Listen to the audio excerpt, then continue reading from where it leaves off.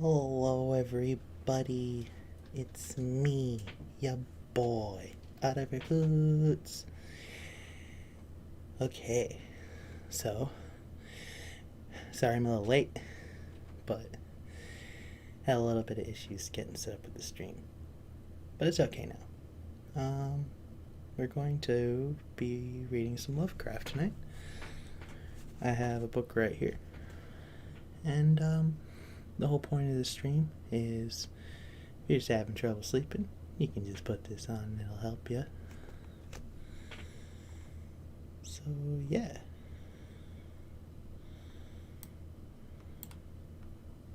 What we reading? Well, today we are going to be reading some H.P. Lovecraft. He's famous for creating the cosmic horror genre, which basically involves like the unknown fear of space and like the crazy stuff that could be out there. It's really fascinating. We're going to start with his most famous work, which is the Call of Cthulhu. Probably won't be looking at chat too much during this because I want it to help. I want it to be to help you sleep. So let's just go in. Call of Cthulhu. Found among the papers of the late Francis Wayland Thruston of Boston. Of such great powers or beings there may be such great power in beings there may be conceivably a survival of a hugely remote period when consciousness was manifested, perhaps in the shapes and forms long since withdrawn before the tide of advancing humanity, forms of which poetry and legend alone have caught a flying memory and called them gods, monsters, mythical beings of all sorts and kinds. Algernon Blackwood. Chapter 1. The Horror in Clay.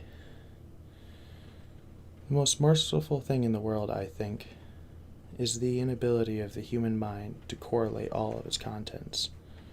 We live on a placid island of ignorance in the midst of black seas of infinity, and it was not meant that we should voyage far.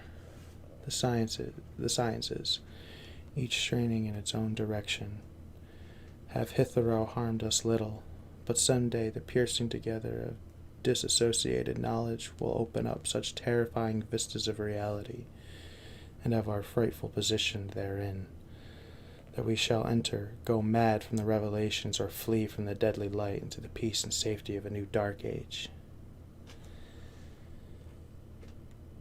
Theosophists have guessed at the awesome grandeur of the cosmic cycle wherein our world and human race form transcendent incidents. They have hinged at strange survivals in terms which would freeze the blood if not masked by a bland optimism, but it is not for them that they care the single glimpse of forbidden aeons which chill me when I think of it in its madness, in which I dreamt of it. That glimpse, like a dread glimpse of truth, flashed out from an accidental piercing together of separate things, in this case, an old newspaper item and the notes of a dead professor. I hope that no one else will accomplish the piercing out. Certainly, if I live, I shall never knowingly supply a link in so hideous a chain. I think that the professor, too, intended to keep silent regarding the part he knew, and that he would have destroyed his notes had not sudden death seized him. My knowledge of the thing began in the winter of 1926 through 27, with the death of my granduncle George Gamble Angle, Professor Emeritus of Semitic Languages in Brown University, Providence, Rhode Island. Professor Angle was widely known as an authority on ancient inscriptions, and had frequently been resorted to by the heads of prominent museums. So this is passing at the age of 92 may be recalled by many. Locally, interest was intensified by the obscurity of the cause of death. The professor had been stricken whilst returning from the Newport boat, falling suddenly, as witnesses said, after having been jostled by a nautical-looking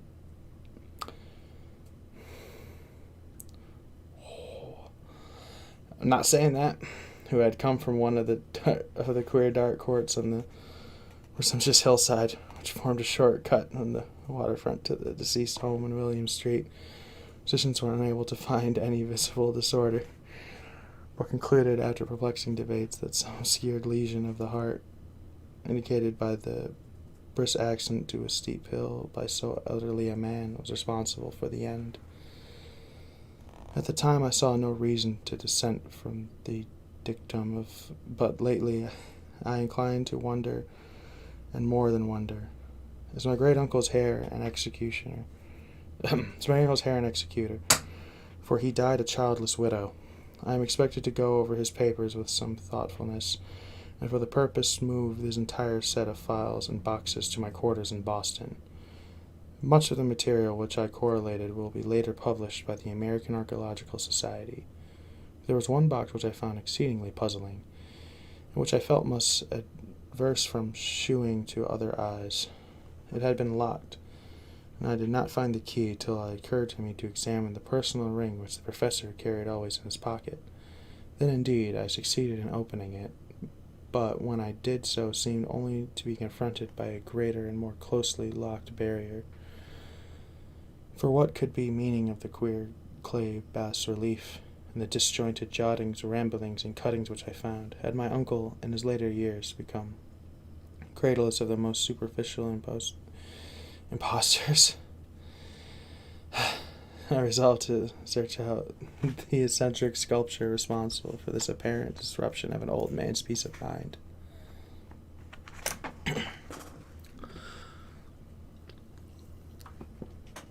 Something I feel like I should mention. Lovecraft was notorious for being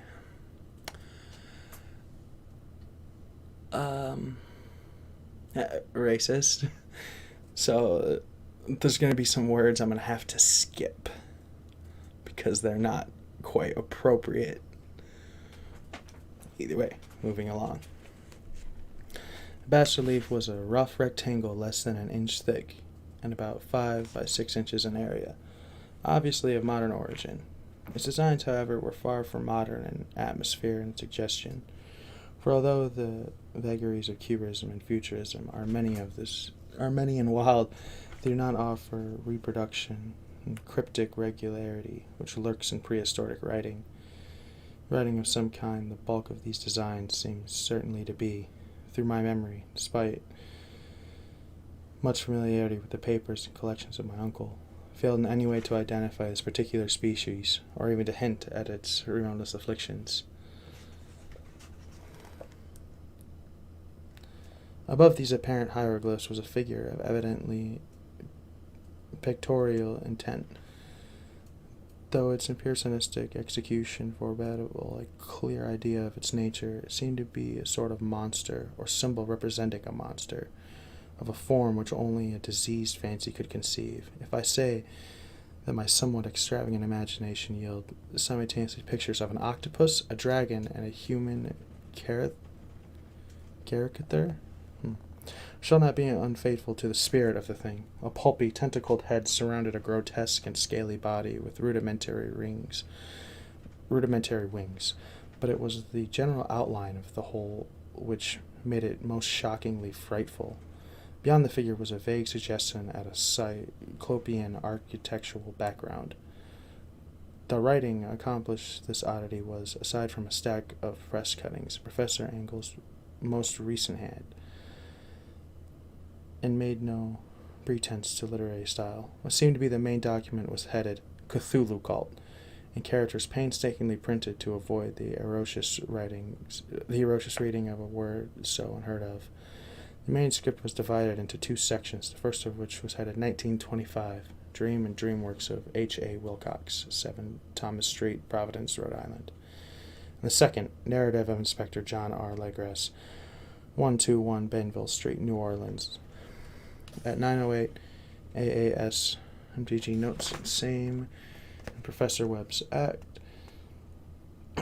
On your manuscript pages were all brief notes, some of them accounting of the queer dreams of different people, different persons, some of them citations from theosophical books and magazines, notably W. Scott Ellison's Atlantis and the Lost Lemuria, and the rest of the comments on long-surviving secrets, societies, and hidden cults, which references to passages in such mythological and archaeological sourcebooks as Fraser's Golden Bough and Miss Murray's Witch Cult in Western Europe. The cuttings largely allude to Vtuber mental illness and outbreaks of the group Folly Armenia in the spring of 25. I actually don't know that.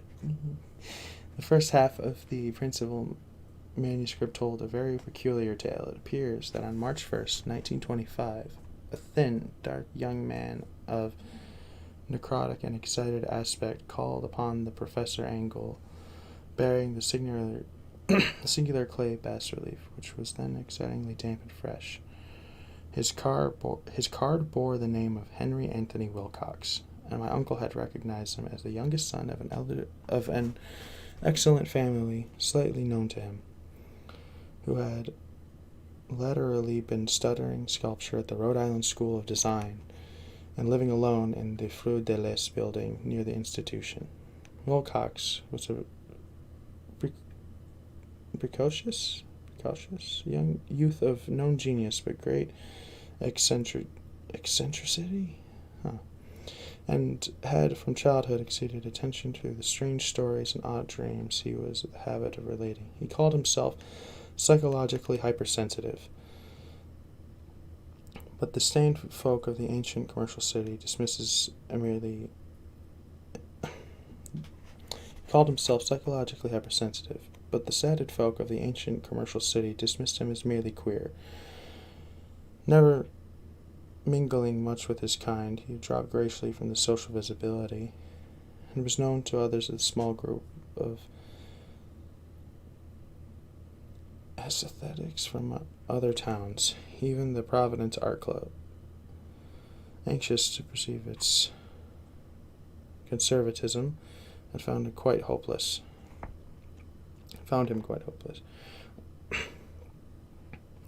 My apologies.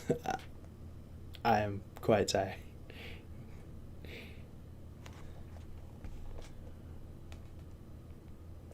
On the occasion of the visit, reading the professor's manuscript, the sculptor abruptly asked for the benefit of his host's archaeological knowledge, identifying the hieroglyphs in the basic relief.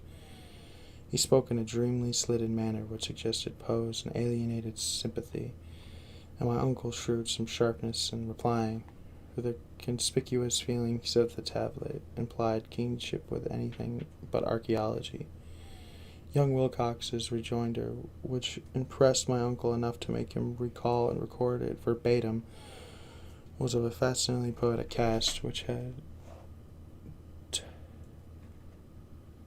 typified his whole conversation, and which I had since found highly charismatic of him.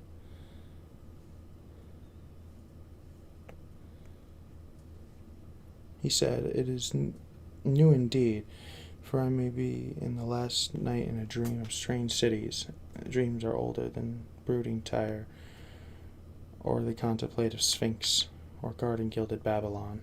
It was then that he began the rambling tale, which suddenly played upon a sleeping memory, and won the fervent interest of my uncle.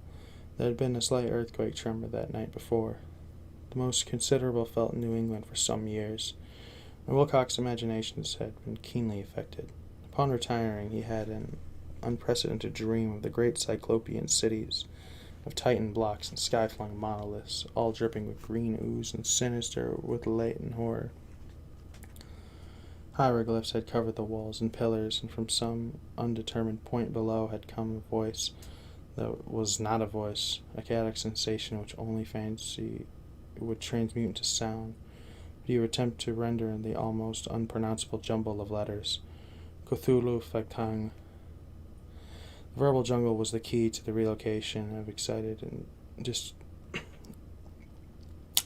Verbal jumble was the key of the relocation which excited and disturbed Professor Angle. He questioned the sculpture with scientific minuteness, studied with almost frantic intensity the bas-relief on which the youth had found himself working, chilled and clad only in his night clothes.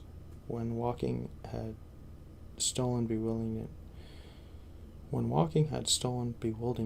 over him. My uncle blamed his old age. Wilcox afterwards said, for his slowness in recognizing both hieroglyphics and pictorial design. Many of his questions seemed highly out of place to his visitor, especially those which tried to connect the later with strange culture society. And Wilcox could not understand the repeated promises of silence which he was offered in exchange for an admission of membership in some widespread mystical or paganally religious body. When Professor Engel became convinced that the sculpture was indeed ignorant of any cult or system or cryptic lore, he beside his visitor with demands for future reports of dreams. This bore regular fruit, for after the first interview the manuscript records daily calls of the young man, during which he related startling fragments of nocturnal imagery which was also some terrible cyclopean vista of dark and dripping stone, with a subterranean voice of intelligent shouting monstrosity and enigmatic sense impacts, uninscribable save as gibberish. The two sounds most frequently repeated are rendered by the letters Cthulhu and Uriel.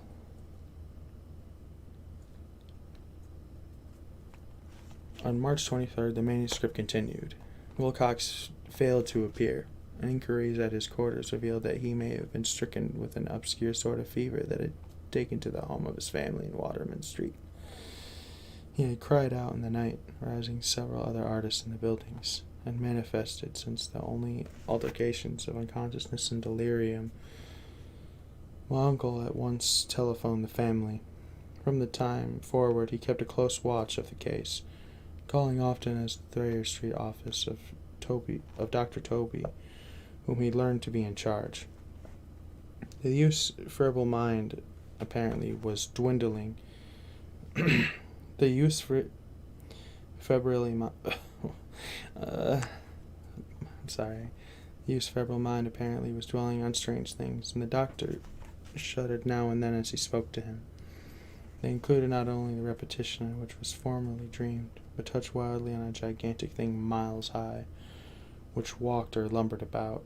He at no time fully described this object, but occasional frantic words, as repeated by Dr. Toby, convinced the professor that it must be identical with the nameless monstrosities he sought to depict in the dream sculpture.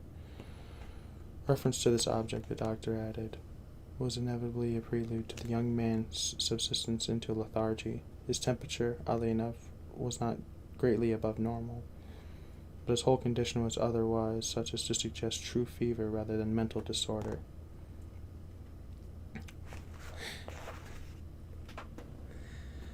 Yeah, I'm definitely going to need to do that.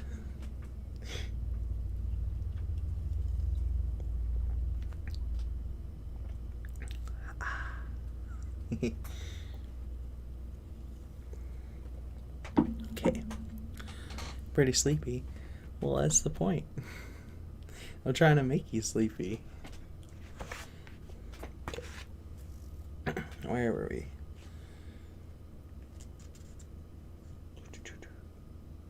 Yeah. Okay. On April 22nd, at about 3 p.m., every trace of Wilcox's malady suddenly ceased. He sat upright in bed, astonished to find himself at home and completely ignorant of what had happened in the dream, a reality since the night of March 22nd. Pronounced well by his physician, he returned to his quarters in 3 days, but Professor Engel he was no further assistance. All traces of strange dreaming had vanished from his recovery. My uncle kept no record of his night thoughts after a week of pointless and irrelevant accounts of thoroughly usual visions. Here the first part of the manuscript ended, but references to certain of the scattered notes gave me much material for thought. So much, in fact, the only integrated skepticism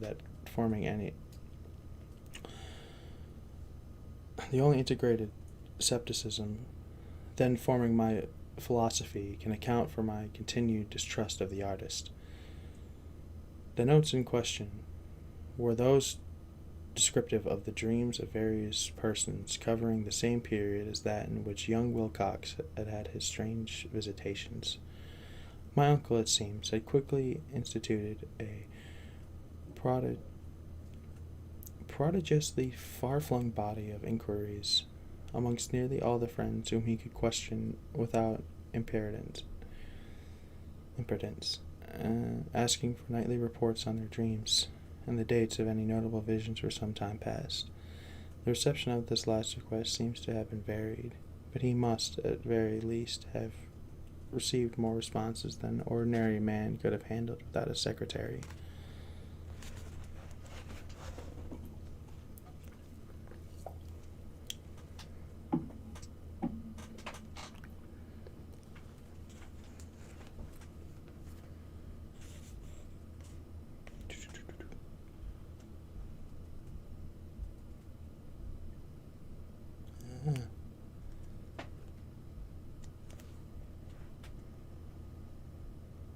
My apologies. I seem to have lost my place.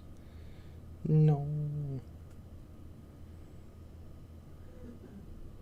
Okay, the original correspondence was not perceived, but his notes formed a thorough and really significant digest.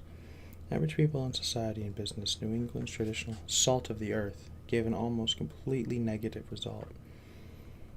Though scattered cases of uneasy but formless nocturnal impressions appeared here and there, always between March 23rd and April 2nd, the period of young Wilcox's delirium, scientific men were little more affected, though 4 cases of vague description suggest fugitive glimpses of strange landscapes, and in one case there is mentioned a dread of something abnormal. It was from the artists and poets that the permanent answers came, and I know that the panic would not have broken loose and they had been able to compose notes. As it was, lacking their original letters, I half suspected the compiler of having asked leading questions, or of having edited the correspondence in corroboration of what he had lately resolved to see. That it was why I continued to feel that Wilcox, somehow cognizant of the old data which my uncle had possessed, had been imposing on the veteran scientist. These responses from aesthetics told a disturbing tale. From February 28th to April 2nd, a large proportion of them had dreamed very bizarre things. The intensity of the dreams became immeasurably the stronger during the period of the sculptor's delirium. Over a fourth of those who reported anything reported scenes and half-sounds not unlike those which Wilcox had described. Some of the dreamers confessed acute fear of the gigantic nameless thing visible towards the last. One case, which the note describes with emptiness, was very sad. The subject, widely known architect, with leanings towards theosophy and occultism, went violently insane on the date of young Wilcox's seizure. Expired several months later due to incessant screamings to be saved from some escaped denizen of hell. Had my uncle referred to these cases by name instead of merely by number, I should have attempted some correlation, personal investigation, but as it was, I succeeded in tracing down only a few. All of these, however, bore out the notes in full. I have often wondered if all the objects of the professor's questioning felt as puzzled as they did this fraction. It was well that no explanation shall ever reach them.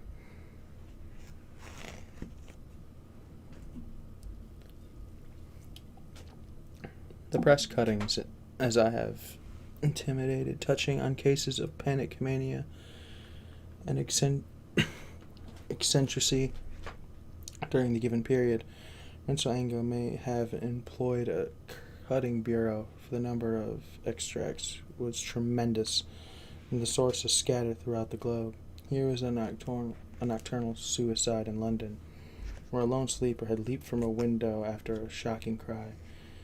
Here, likewise, a rambling letter to the editor of a paper in South America, where a fanatic deduces a dire future from visions he had seen. Dispatch from California describes Theosopus colony as donning white robes and en masse for some glorious fulfillment, which never arrives, whilst items from India speak guardedly of Serious native unrest towards the end of March. Voodoo orgies multiply in Haiti, and African outposts report ominous mutterings. American officers in the Philippines find certain tribes bothersome among this time, and New York policemen are mobbed by hysterical levanties on the night of March 22nd, 23rd. The west of Ireland, too, was full of wild rumor and legendary, and a fantastic painter named Adros Bonnet hangs a blasphemous dream landscape in the Paris Spring Salon of 1926. And so numerous are the record's troubles in insane asylums that only a miracle could have stopped the medical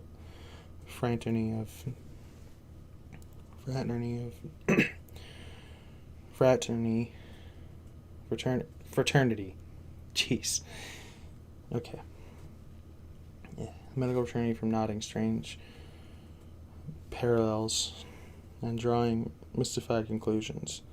A weird bunch of cuttings, all told, as I can at this date scarcely envision the callous rationalism with which I set them aside. But I was then convinced that young Wilcox had none of the older matters mentioned by the professor.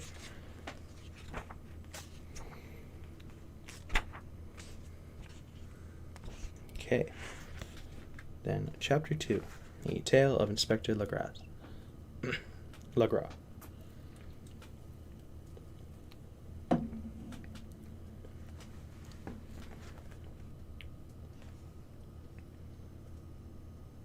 Okay. The older matters which had made the sculptor's dream and bas relief so significant to my uncle formed the subject of the second half of his long manuscript. Once before, it appears, Professor Engel had seen the hellish outlines of the nameless monstrosity, puzzled over the unknown hieroglyphs, heard the ominous symbols which can be rendered only as Cthulhu. All this is so stirring and horrible. Coniacs of a small wonder, he pursued young Wilcox with queries and demands for data. The early experience had come in 1908, 17 years before the American Archaeological Society held its annual meeting in St. Louis. Professor Engel, as befitted one of his authority and attendance, had had a prominent part in all the deliberations, and was one of the first to be approached by the several outsiders who took advantage of the conviction of other questions with correct answering and problems for expert solution. I don't know what's with my voice right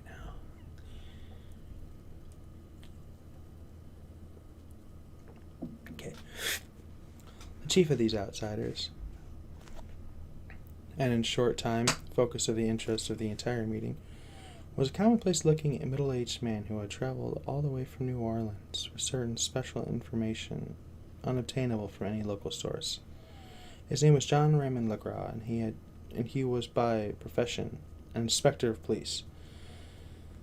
With him he bore the subject of his visit, a grotesque, repulsive, and apparently very ancient stone statue, which origin he was at a loss to determine. It must not be fancied that the Inspector Legras had the least interest in archaeology. On the contrary, his wish for enlightenment was prompted by pure professional considerations. The statue, idol, fetish, or whatever it was, having captured some months before in the wood swamps of New Orleans during a raid on a suspected voodoo meeting, and so singularly and hideous were the rites connected with it that the police could not but realize that they had stumbled into a dark hole totally unknown to them, and definitely more diabolic than even the blackest of the African voodoo circles.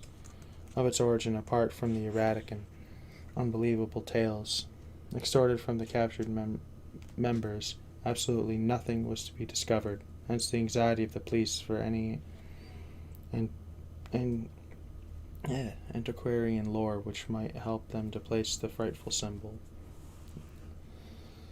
though it tracked down through the cult of its fountainhead. Inspector Legras was scarcely prepared for the sensation which had Inspector Legras was scarcely prepared for the sensation which his offering created. One side of the thing had been enough to throw the assembled men of science into a state of tense excitement. They lost no time in crowding around him and gazed at the diminutive figure, which utter strangeness and air of generally abysmal antiquity hinted so potently in unopened and archaic vistas. No recognized school of sculpture had animated this terrible object, yet centuries and even thousands of No recognized school of sculpture had animated this terrible object, yet centuries and even thousands of years seemed recorded in its dim and greenish surface of unplaceable stone. The figure, which was finally passed slowly from man to man for close and careful study, was between 7 and 8 inches in height, of exquisitely artistic workmanship. It represented a monster of vaguely anthropoid outline, which an octopus-like head, which face was a mass of feelers, a scaly, rubbery-looking body, prodigious claws on hind and fore feet, and long, narrow wings behind. This thing, which seemed only instinct with a fearsome and unnatural malignancy, was somewhat bloated corpulence, and squatted evilly on a rectangular block or pedestal covered with unprecedented characters. The tips of the wings touched the back edge of the block, and the seat occupied the center, while the long, curved claws of the double-up, crouching hind legs gripped the front edge and extended a quarter of the way down towards the bottom of the pedestal. The cephalopod head was bent forward so that the ends of the facial feelers brushed the backs of the huge forepaws which clasped the creature's elevated knees. The aspect of the whole was abnormally lifelike, with more subtle fearful because it was so totally unknown. Its vast, awesome, incalculable age was unmistakable, yet not one link did it shew with another type of its art belonging to civilization's youth, or indeed of any other time, totally separate and apart. Its very material was a mystery, for the soapy, greenish-black stone, with its golden or iridescent fleeks, nations resembled nothing familiar to geology or mineralogy.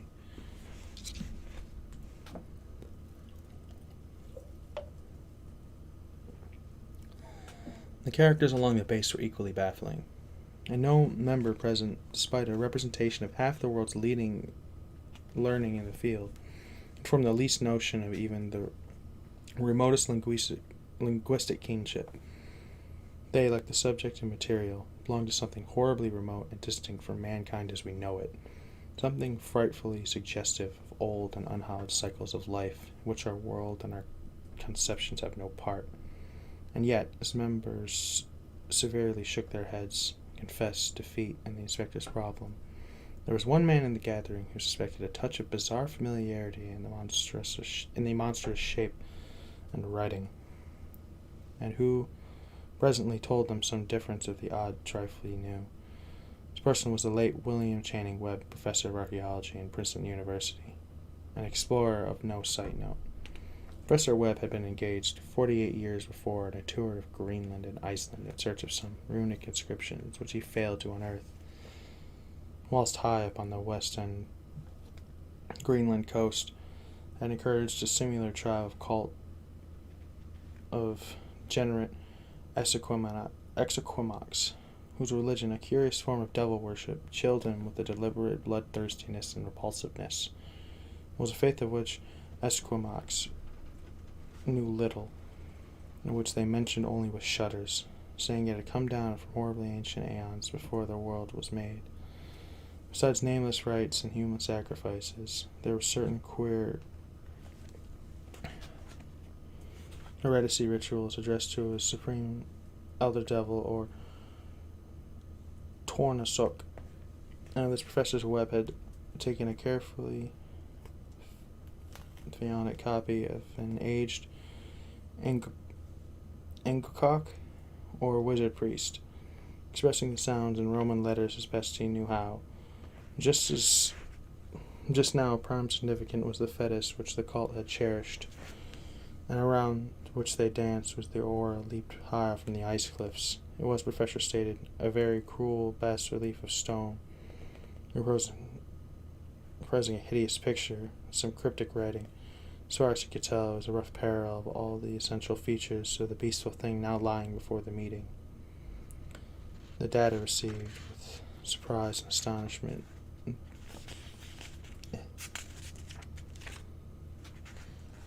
The surprised and astonished members. Astonished assembled members proved doubly excited to Inspector Legras. He began to once ply his informant with questions, having noted and copied an oral ritual among the swamp cult's worshippers. His men had arrested and besought the professor to remain as best he besought the professor to remember as best he might the syllables taken down amongst the diabolist Esquimaux. There then followed an exhaustive comparison of details and a moment of really awed silence, which both detective and scientist agreed on the virtual identity of the phrase common to two hell of rituals so many worlds of distance apart. What in substance both the Esquimaux wizards and the Louisiana swamp priests had changed to their kindred idols. Something very like this. World divisions began at the traditional breaks as the phase had changed aloud. Give me a second. Fanengal Magalwach Cthulhu Rail Wagnig Fictang. Legras had 1 point in advance of Professor Webb. Several among the mongrel priests had repeated to him what older celebrants had told them the worlds meant. This text is given, right? Something like this. In the house at Riel, dead Cthulhu waits dreaming. And now, in response to a general and urgent demand, Inspector Legras related as fully as possibly his existence with the swamp worshippers, telling a story to which I could see in my uncle attached profound significance. It savored of the wildest dreams of Mythmaker and Theosophist. He disclosed an astonishing degree of cosmic imagination. Such half-castes and pariahs as much be expected to possess it. On November 1st, 1907, there had come to New Orleans police a frantic summons from the swamp and lagoon country to the south. The squatters there, mostly primitive but good-natured descendants of Lafitte's men, were in the grips of stark terror from an unknown thing which had stolen upon them in the night. It was voodoo, apparently, but voodoo in the most terrible sort they had ever known. Some of the women and children had disappeared since the deliberate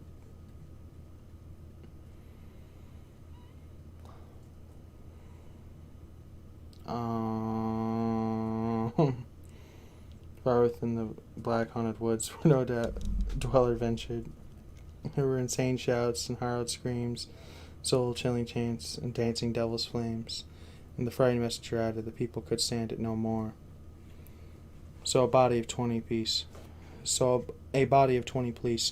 filing 2 carriages and an automobile, had set off into the late afternoon with the shivering squatter as a guide. At the end of the Passwell Road they aligned.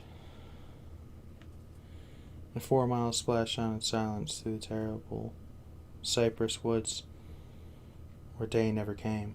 Ugly roots and malignant hanging nooses of Spanish moss beset them. Now and then a pile of dark stones, a fragment of a rotting wall, intensified by its hint of morbid habitation, impression which every malformed tree and every fungal islet combined to create. At length, squatter settlement, a miserable huddle of hunts, hove in sight. Hysterical dwellers ran out of the cluster among the group of bobbing lanterns. Muffled beat of tom-toms was now faintly audible far, far away, and a curdling shriek came at infrequent intervals as the wind shifted. A reddish glare, too, seemed to filter through the pale undergrowth beyond endless avenues of forest night. Reluctant even to be left alone, each of the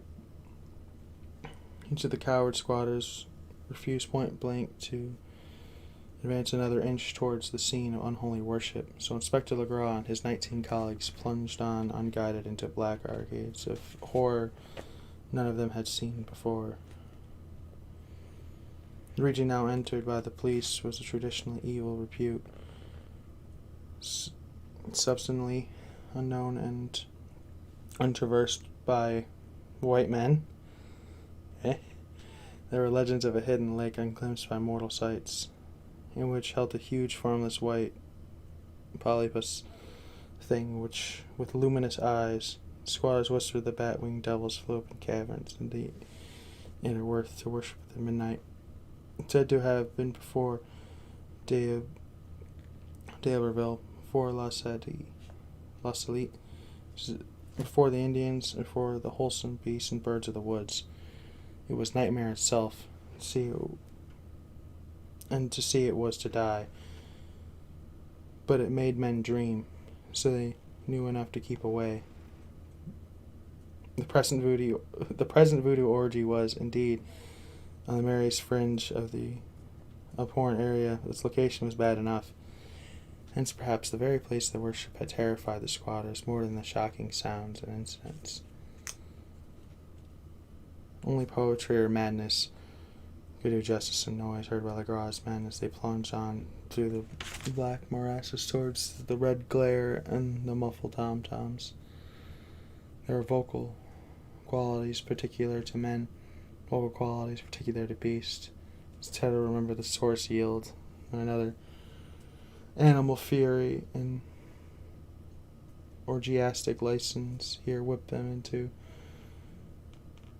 demonic heights by howling and squalling estates that tore and reverberated through those nighted woods like celestial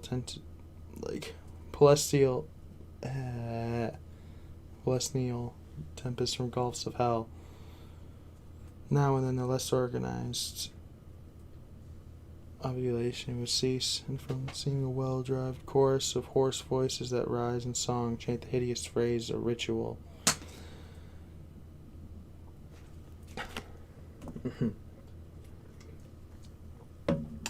Fenugli Meglowa Cthulhu Rael Wagafaklen. With the men having reached a spot where the trees had thinner, suddenly, inside of the spectacle itself, 4 of them reeled, 1 fainted, and 2 shaking a frantic cry, which the mad cacophony of the orgy fortunately deadened. The Gras dashed swamp water in the face of the fainting man, also trembling and nearby, hypnotized with horror. Nearly hypnotized with horror. In a natural glade of the swamp stood a grassy inland of perhaps an acre's extent, clear of trees and tolerable dry. This now leaped the twisted and more indescribable horde of human abnormality that any but a Zimmer and Angola could paint, void of clothing. The spawn was braying, bellowing, and writhing around a monstrous ring-shaped bonfire, its center of which, revealed by occasional rifts of curtain and flame, stood a great granite monolith, some 8 feet in height, on top of which, incongruous with its diminutiveness, rested the noxious carven statue. In a wide circle of 10 scaffolds set up at regular intervals with the flame-grit monolith as its center hung, head downwards, the oddly married bodies of the helpless squatters who had disappeared.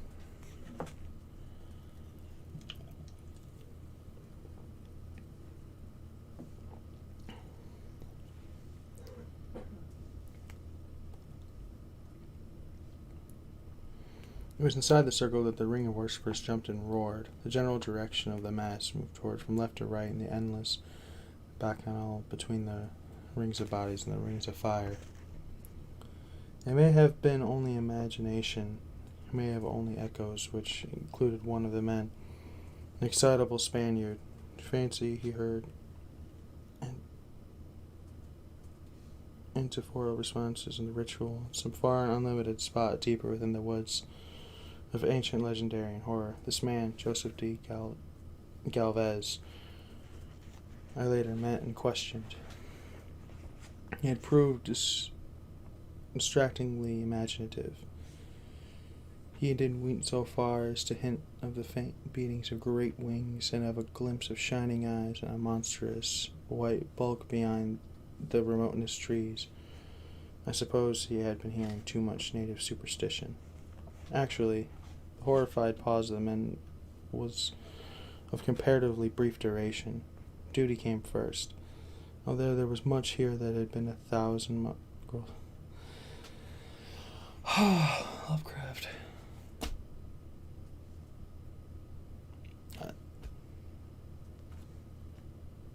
I'm not going to say that.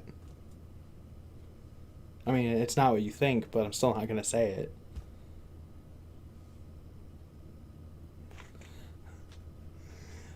Honestly, I did have plans to read more than Call of Cthulhu, but like,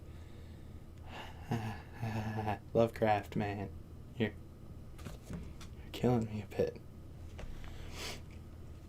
So how do we skip that?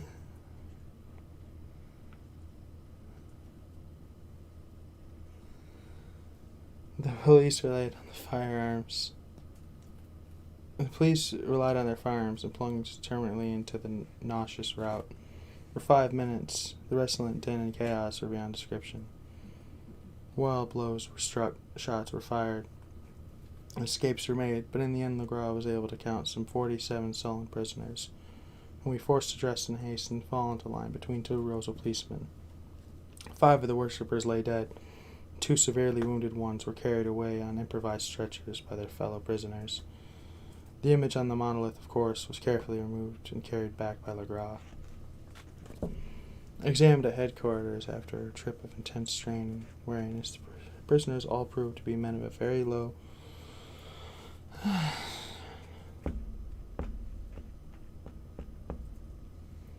most were seamen.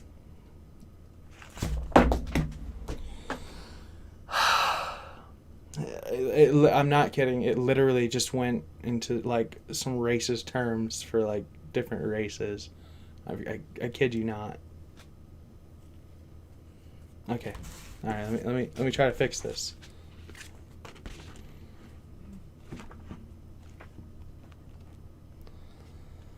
I like Lovecraft's story. I like his stories for sure. I find the Cthulhu mythos very interesting. But dude, holy shit, can we not do that?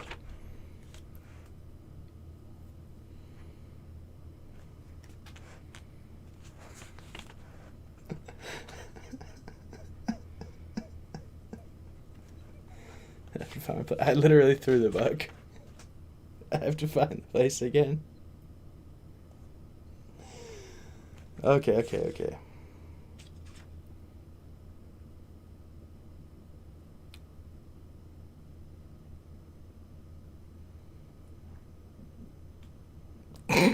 Oh my god! Like I'm going farther to try to like continue reading this, but it just gets worse.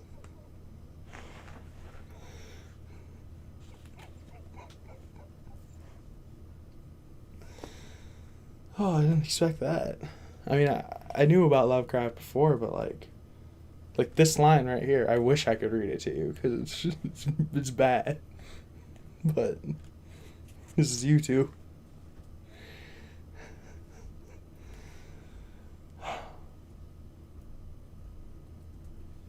I can't. Like, come on. Okay, I think we're at a point where. Okay, all right, here we go.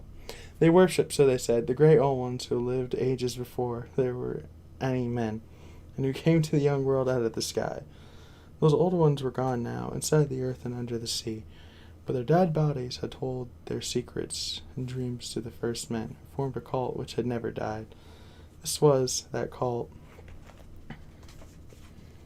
And the prisoners said it had always existed and always would exist, hidden in the distant wastes and dark places all over the world until the time when the great priest Cthulhu, from his dark house in the mighty city of Ralail, under the water should rise and bring the earth again beneath his sway. Some day he would call, and the stars are ready. The secret cult would always be waiting to liberate him. Meanwhile, no more must be told. There was a secret which even torture could not extract. Okay, mankind was not absolutely alone with the conscious things of earth. Shapes came out of its dark to visit the fateful view. These were not the great old ones. No man had ever seen the old ones. The carven idol was great Cthulhu, but none might say whether or not the others were precisely like him. No one could read the old writing now, but things were told by word of mouth. Chanted ritual was not the secret. It was never spoken aloud, only whispered. The chant meant only this: in the house of Rael, dead Cthulhu waits dreaming. Only 2 of the prisoners were found sane enough to be hanged. The rest were committed to various institutions. All denied apart the ritual murders, and admitted the killing had been done by black-winged ones that had come to them from the memorial meeting place in the haunted woods. But of these mysterious allies, no coherent account could ever be gained, while the police did extract came mainly from an immensely aged not gonna say that named Castro, who claimed to have sailed to strange ports and talked with undying leaders of the cults in the mountains of China. Old Castro remembered bits of hideous language that paled the speculations of Theosophist and made the man seem recent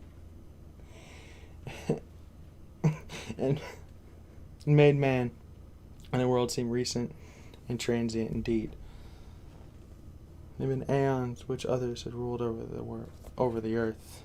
They had had great cities, remains of them, he said, in the deathless China, and had told him usually found the cyclopean stones of islands in the Pacific. They all died of which could revive the stars had been wrong to the repetitions and cycle of eternity. They had indeed come themselves from the stars, brought their images with them. These great old ones, Castro continued, were not composed together of flesh and blood. They had shape, for did not this star-fashioned image prove it? The shape was not made of matter. When the stars were right, they could plunge from the world to world through the sky. When the stars were wrong, they could not live. But although they no longer lived, they would never really die. They all lay in the stone houses in the great cities of Rael, preserved by the spells of the mighty Cthulhu for the glorious resurrection, when the stars and the earth might once be ready for them. But at the time, some force from the outside must serve to liberate their bodies. The spells that perceived them intact likewise prevented them from making an initial move. They could only lie awake in the dark and think whilst uncounted millions of years rolled by. They knew all that was occurring in the universe, but their mode of speech was transmitted thought. Even now they talked in their tombs. When in infinities of chaos the first men came, the great old ones spoke to the sensitive among them by molding their dreams, for only thus could their languages could reach their fleshy minds of mammals.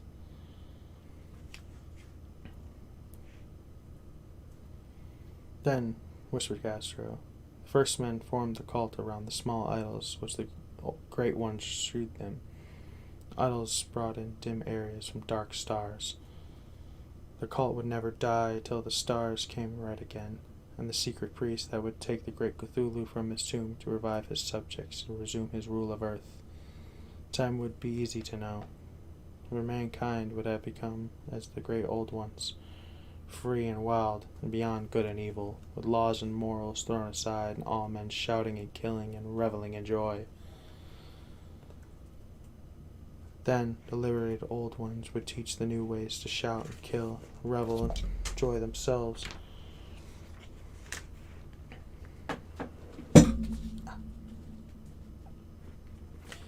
The earth would flame with a holocaust of ecstasy and freedom. Meanwhile, the cult, by appropriate rites, must keep alive the memory of those ancient ways and shadow forth the prophecy of their return. And the elder time chosen men had talked to the embodied old ones in dreams. But then something had happened. The great stone city of Rael, with its monoliths and speculars, had sunk beneath the waves, and the deep waters full of the once primal mystery through which not even one could pass, had cut off its spectral intercourse. But memory never died, and high priest said that the city would rise again when the stars were right, and came out of the earth the black spirits of the earth, molded and shadowy, and full of dim rumors packed in the caverns beneath forgotten sea bottoms. But of them old Castro dared not speak. He cut himself off hurriedly, and no amount of persuasion or subtlety could elicit more in the direction. The size of the old ones, too, he curiously declined to mention. Of the cult, he said that he thought the center lie among the pathless deserts of the Arabia, where Aram, the city of pillars, dreams hidden and untouched. It was not allied with the European witch cult, virtually unknown beyond its members. No book had ever written hymns. Though the deathless man from China said that there were double meanings of the Necronomicon of the mad Arab Abzul al-Zared, which had initiated might read as it chose, especially the must discuss couplet. This is not dead which can eternal lie, in which strange aeons even death may die. Legras, deeply impressed and not a little bewildered, had inquired of Vane concerning the historic afflictions of the cult. Castro apparently had told the truth, where he said it was the holy secret. Authorities at Tulane University could shed no light upon either cult imagery, or no detective could come into the highest authorities. The country met no longer with the Greenland tale of Professor Webb. The feverish interest aroused at the meaning of Legras' tale corroborated it was with the statue. It echoed in subsequent correspondence of those who attended, although scant mention occurs in the formal publications of the Society. Caution is the first case of those accustomed to the fate occasional solemnity and imposure. Legras was sometime lent to the image to Professor Webb, but the latter's death was not returned to him. It remains in his possession, where I viewed it not long ago. It is truly a terrible thing, and unmistakably akin to the dream sculpture of young Wilcox. My uncle was excited by the tale of the sculpture. I did not wonder, for what thoughts must arise upon hearing, after a knowledge of what Legras had learned of the cult. Sensitive young man who had dreamed not only to figure in exact hieroglyphs of the swamp-found image in the Greenland Devil tablet, but had come in the dreams upon at least 3 of the precise words of the formula uttered alike by the Esquimaux, Diabolist, and mongrel Louisianans. Professor Engel's instant start of an investigation of the utmost thoroughness was eminently natural.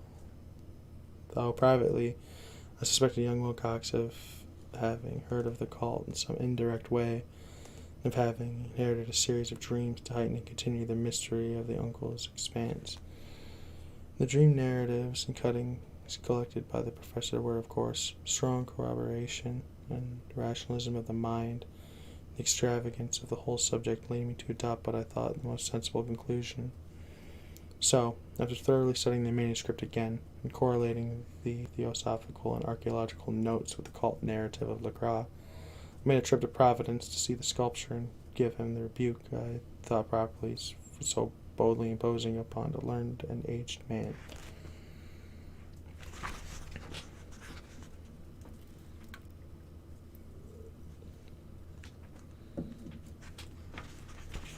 Wilcox still lived alone in the Frais de Lis building, Thomas Street, hideous Victorian imitation of 17th century Breton architecture, which flaunts in silk-headed font amongst the lovely colonial houses on the ancient hill, and under the very shadow of the finest church and steeple in America. I found him at work in one of the rooms. Examining specimens scattered around the genius. His intent profound and authentic. He will, I believe, sometime be heard as from one of the great descendants, for he has crystallized in clay, and will one day mirror in the marble those nightmares and phantasms which Arthur McCain invokes in prose, and Clark Ashton Smith makes visible in verse and in painting. Dark, frail, and somewhat unkempt in aspect, he turned languidly at my knock and asked me my business without rising. When I told him who I was, he displayed some interest, for my uncle had excited his curiosity in probing his strange dreams. It had never explained the reason for his study. I did not enlarge his knowledge in this regard, but saw it with some subtlety to draw him out. In a short time I became convinced of his absolute sincerity, for he spoke of the dreams in a manner none could mistake. They and their subconscious rhythm had influenced his art profusely. He showed me a morbid statue. He showed me. Is that a type? He showed me a morbid statue, which drills almost make me shake with the potency of its black suggestion. He could not recall having seen the original thing except its own dream bas relief. But the outlines had formed themselves insensibly under his hands. It was no doubt the gallant shape he had raved on in delirium. That he really knew nothing of this hidden cult, save from what my uncle's relentless Catholicism had let fall. He soon made clear, and again I strove to think of some ways in which he could possibly have received the weird impressions. I'm getting so tired. Let's see. How much longer? Ooh, it's quite a bit. I think I'll actually just get to chapter 2 and call it a night. Hopefully that's long enough to help some people get to sleep. Okay. Talking in dreams in a strangely poetic fashion, making me see with terrible vividness the damp cyclopean city of slimy greenstone, whose geometry, he oddly said, was all wrong, and here was frightened expectancy, the ceaseless half-mental calling from the underground. Kutula Fatang, Kula Fatang. These words had formed part of the dread ritual which told the dead Cthulhu's dream vigil in the stone vault at Royale, and I felt deeply moved despite any rational beliefs. Wilcox, I was sure, had heard of the cult in some casual way, and had soon forgotten it amongst the mass of equally readings and imagining. Later, by virtue of a sheer imperativeness, it has found subconscious expressions in his dreams. In the bas relief and in the terrible statue I now behold. Statue. So that his imposture upon my uncle had been a very innocent one. The youth was of a type, and at once slightly affected and slightly ill-mannered, which I could never like, but I was willing enough to admit both his genius and his honesty. I took leave of him amicably, and wish him all the success his talents promise.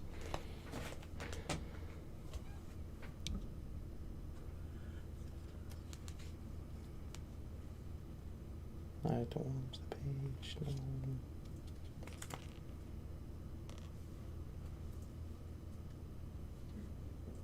I'll find it later. Okay.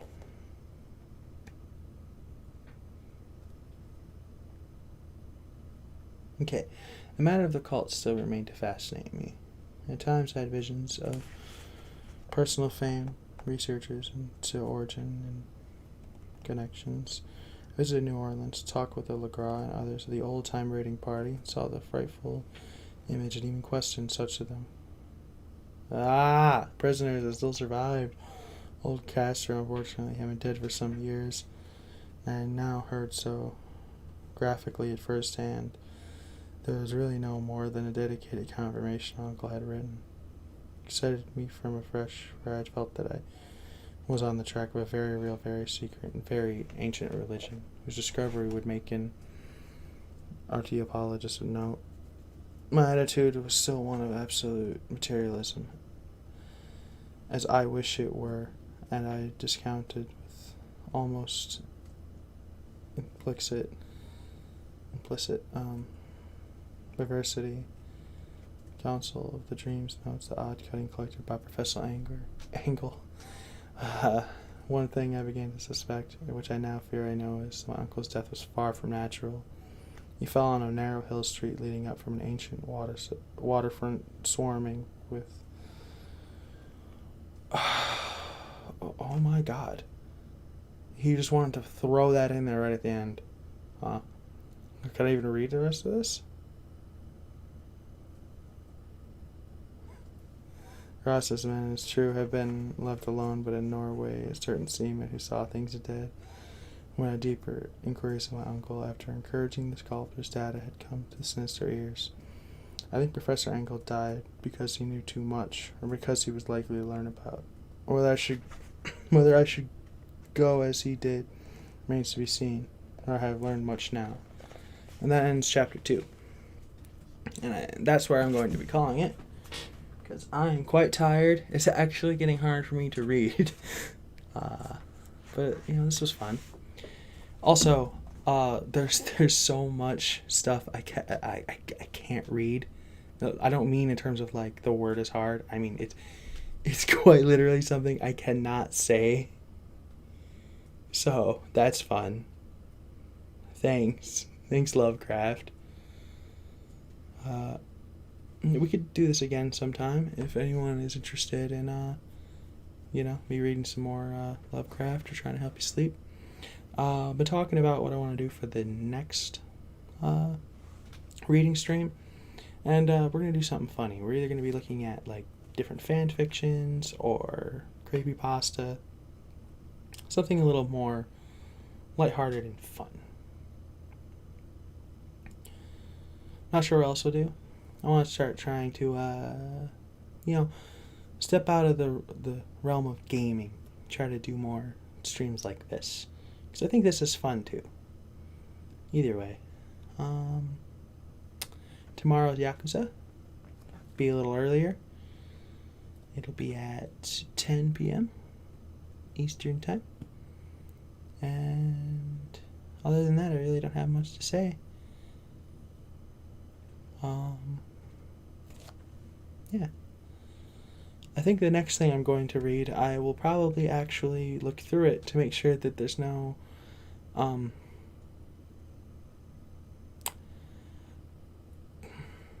don't even want to say controversial, because they're just straight up, like, racist. Like, damn. But yeah. It is still fun. And I look forward to, seeing you guys again. Love you. Bye.